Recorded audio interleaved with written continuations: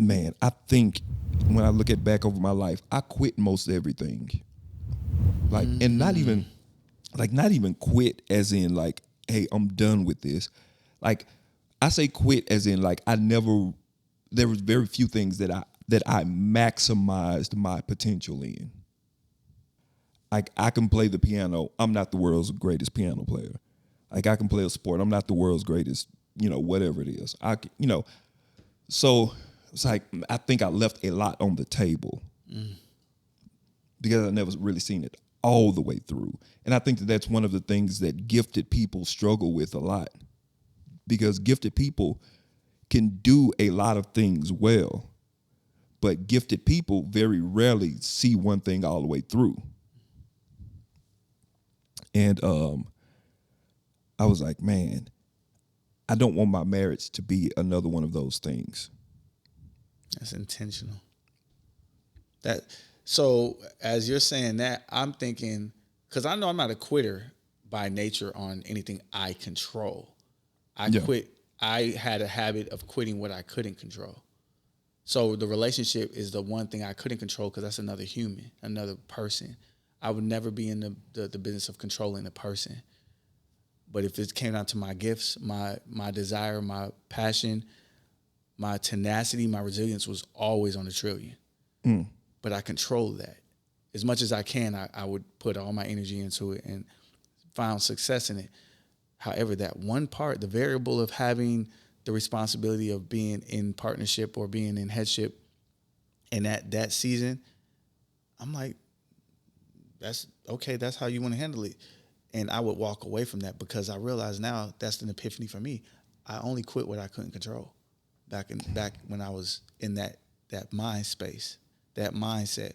Now I have to become a great husband because that's what I desire. But that comes with surrender. So that's it's like having heaven or hell. There's no in between. That's the only way I can become that now. So I've had to learn how to fully surrender and submit in the form of even leadership. Yes, God is ultimately the creator of all creation. And then after that, you still have to find wise counsel. I don't know if you saw, shout out to, I don't get no money from it, but it's a great opportunity for people to go look at it and watch it, The Forge. That level of discipleship, and I'm not going to give it away, but they spoke highly about discipleship. Being able to have, especially as men, having someone who's in position to help you grow and help you be accountable, help you stay accountable, and give you wisdom and insight that you can't gain on your own. And that level of submissiveness and that surrender is what I never had. So that was a key takeaway of my past that I saw that was a fault and a flaw. I always quit what I couldn't control, but I controlled everything that was me. I couldn't control everything that was she or whoever that woman was. And I never wanted to, but I didn't see reciprocity in it because I wasn't projecting what I was supposed to reflect either. So it's interesting, the dichotomy of it. So ultimately, you are a finisher. You're great at everything.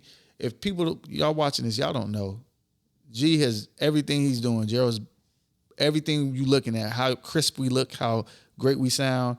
He has his own podcasting company. He's consulting in that field. He plays the piano. He taught me 10 years worth of things he practiced in one sitting. So ultimately, your stick-to-itiveness, if that's a word, even after that 5-year run of turbulence, you stayed in. Now you got 14 total, and it shows now in even what you're able to do. You do this for a living. This is full time. You're creative because you stuck to something and it translated around the whole board.